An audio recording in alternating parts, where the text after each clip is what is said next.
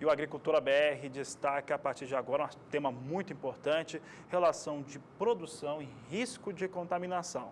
Só que não é por aqui não, é lá na China. E esse é o assunto da entrevista do Agricultura BR.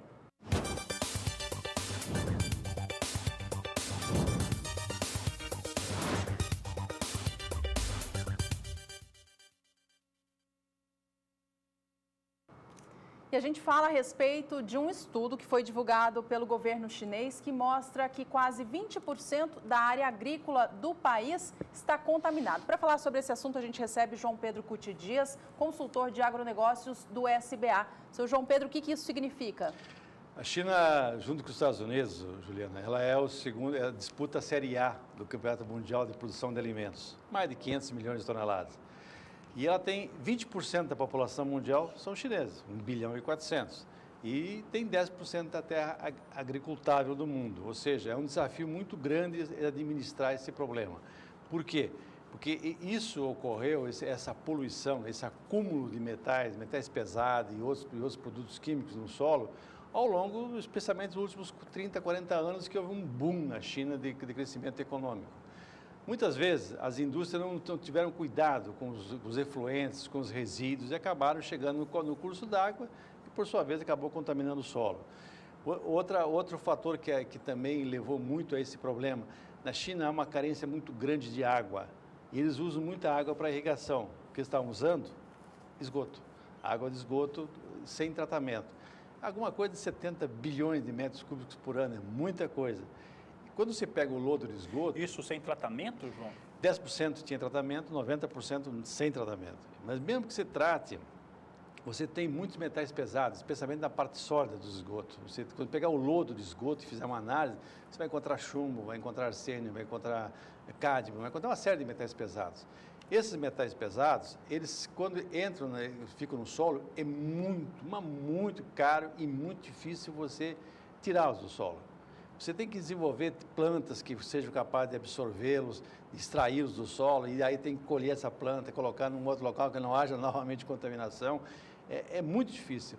A contaminação do ar é razoavelmente controlável. Uma que você colocou no ar, depois esparrama para o resto do planeta. E controlando a fonte emissora, você resolve o problema. Mas só que na China, a grande fonte de energia deles é queima de carvão.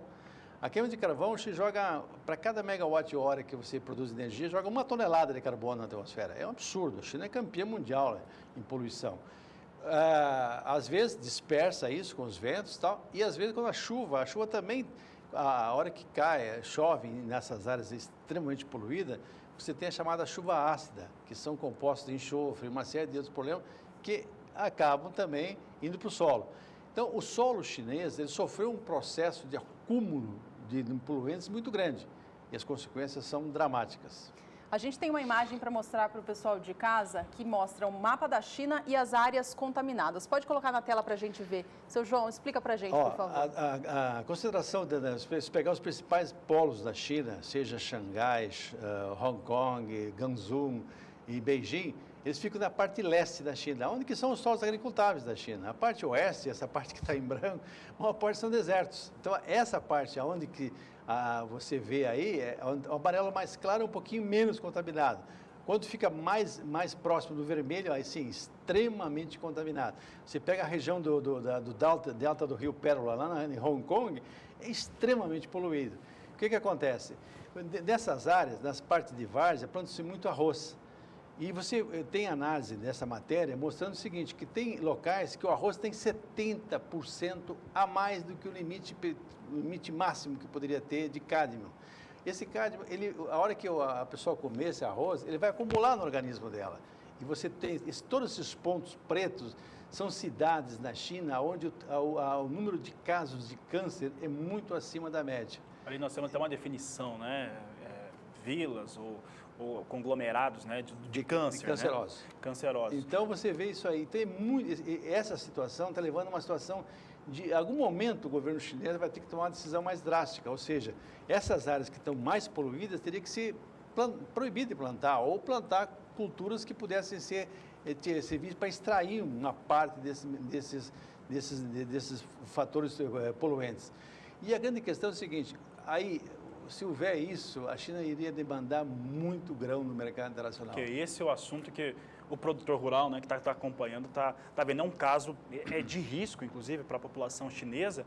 E a população chinesa, de certo modo, ela sabe disso, né, João? Porque nós temos as limitações mais ou menos. Na China, internacionais do que é permitido. Na China é igual, só que na China o cara pode produzir. Não tem problema dele produzir numa área contaminada. Esse é o problema. E você na China tem muito controle por parte do governo das informações, né? Só que a China está mandando muita gente para fora fazer curso nos Estados Unidos, na Europa, em outros países da Ásia.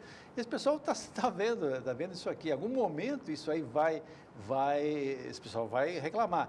O Prêmio Nobel da Paz está morrendo na China nesses últimos dias, aí está em fase final, com o quê? Câncer de fígado. Então você tem muitos cânceres de fígado, de gástrico, de ossos, etc., em grande parte devido a esse problema. A hora que o governo chinês resolver, bom, tudo bem, chegou um ponto crítico, não dá mais, toda essa área que está contaminada é onde que produz grãos, especialmente trigo, milho, arroz. Arroz faz parte da dieta do chinês de forma muito intensa.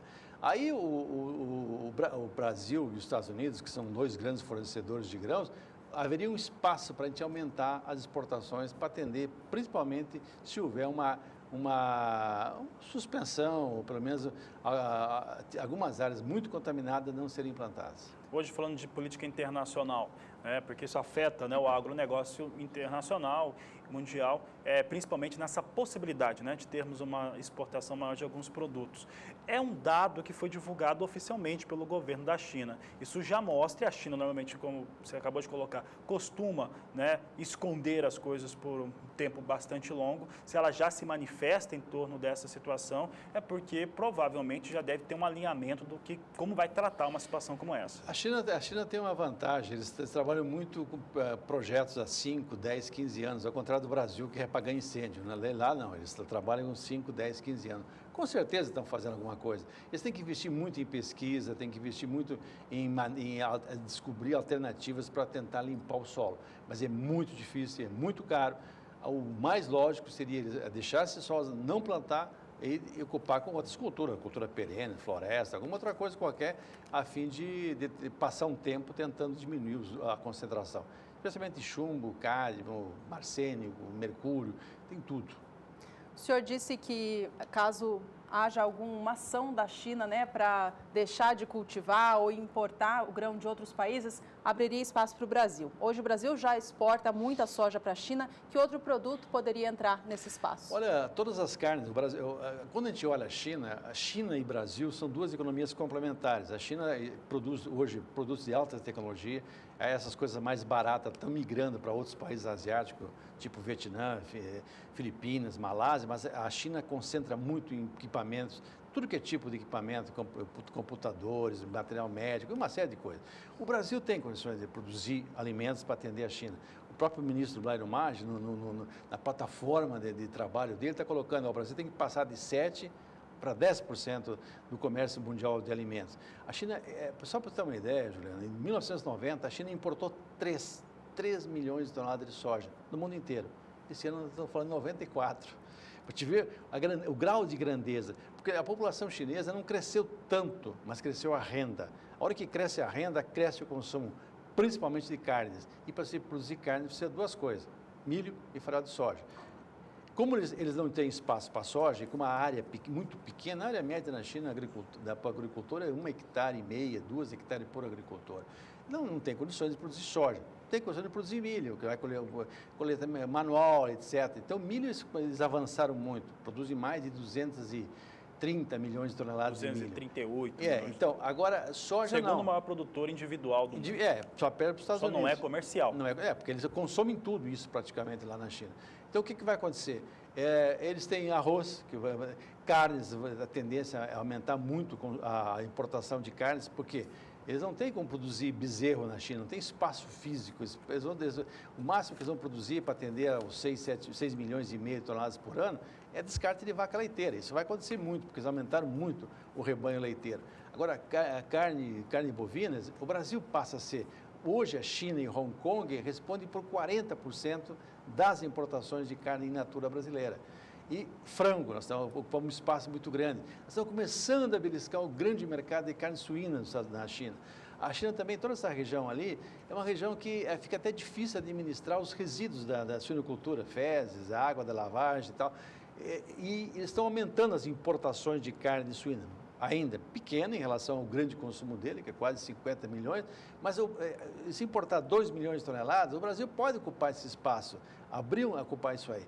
Então, quando você olha a China, o futuro, a China vê o Brasil como um grande player. O que nós precisamos fazer? É continuar melhorando as condições de produção no Brasil, mas principalmente atendendo as questões de infraestrutura. Se nós não fizermos ferrovias, hidrovias, melhorar os portos, para quê? Para que você tenha a condição de usar navios de alta capacidade, capsize, que transportam 100, 110 mil toneladas de grãos, não vai pensar em usar os que transportam minério de ferro, que chega a 300 mil. Tem que ter maior condição de levar esse produto nosso até o mercado chinês a um custo competitivo. Tem a possibilidade de algum produto que está sendo cultivado na China ser contaminado e ser exportado? Olha, o mundo corre esse risco? Naquele mercado asiático, alguma coisa está correndo. Você tem uma zona muito cinzenta lá, que levam carne, levam grãos. Se você olhar as importações chinesas, eles falam em 700 a 800 mil toneladas do mercado cinza, aquele mercado que não entra pelas alfândegas convencionais. Deve acontecer isso com grão também, né? Com certeza absoluta. É que o preço que o governo segura, mantém, seja em qualquer produto agrícola, para poder manter essa população no meio rural, ele é um preço que não é fora de mercado internacional. Se você olhar o preço do arroz lá, é fora do mercado internacional, o preço da soja, o preço do milho, o preço que eles pagam ao produtor é acima do preço do mercado internacional. Então, eu acho que esse é um fator que freia um pouquinho as exportações. É uma garantia mínima ter uma produção minimamente dentro do país, né? No caso da China. Hoje a China... Eles seguem produzindo 12 milhões de toneladas, em torno disso, de soja, ano a ano, e não tem como ampliar e também não reduz. Isso é um fator interessante. Era muito mais negócio produzir milho. E o consumo está aumentando. 5,5%. Projeção no mês passado para soja na temporada nova, na próxima temporada 17, 18, é de importar 97 milhões de toneladas. Eles seguem aumentando bastante. Com o aumento de consumo dele de 5,2%, 5,5% ao ano, dá isso aí mesmo. Há uma necessidade de maior volume. Mas a grande questão é o seguinte, se você olhar toda a Ásia vai ser o grande consumidor de produtos alimentar, grãos do mundo, grãos e carne. Por quê? Porque esse processo que aconteceu na China está acontecendo no resto da Ásia, com raríssimas e honrosas exceções, não. A própria Índia está crescendo com taxas altas. Só que a Índia é um mercado muito fechado, é um mercado muito bloqueado para chegar. E vai surgir produtos que hoje não se fala no Brasil, tipo grão de bico, ervilha, tem uma série de outros grãos, leguminosas, que hoje não se fala no Brasil e que lá consome muito. E lá também não tem espaço para crescer. Logo, você vai ver, vão fazer matérias mostrando esses novos produtos. Isso altera o mix, isso é uma coisa muito positiva também para o produtor brasileiro. E no Brasil tem condições de produzir tudo. Nós temos condições, nós temos pesquisa, nós temos que adaptar materiais deles lá às condições nossas aqui, usar irrigação, usar uma série de alternativas que você consegue produzir. Isso vai ser importante no processo de diversificação da agropecuária brasileira. Tá certo, João Pedro. Agradeço mais uma participação sua aqui no Agricultura BR. Obrigado pela participação. Sou companheiro na briga, né? Tá certo, João Pedro. A gente conversou com o João Pedro Cuti Dias, falando um pouco a respeito dessa questão de risco de contaminação na China. Já ter risco nada, contaminação de solo e o risco de contaminação sobre os alimentos que já atingem a população chinesa.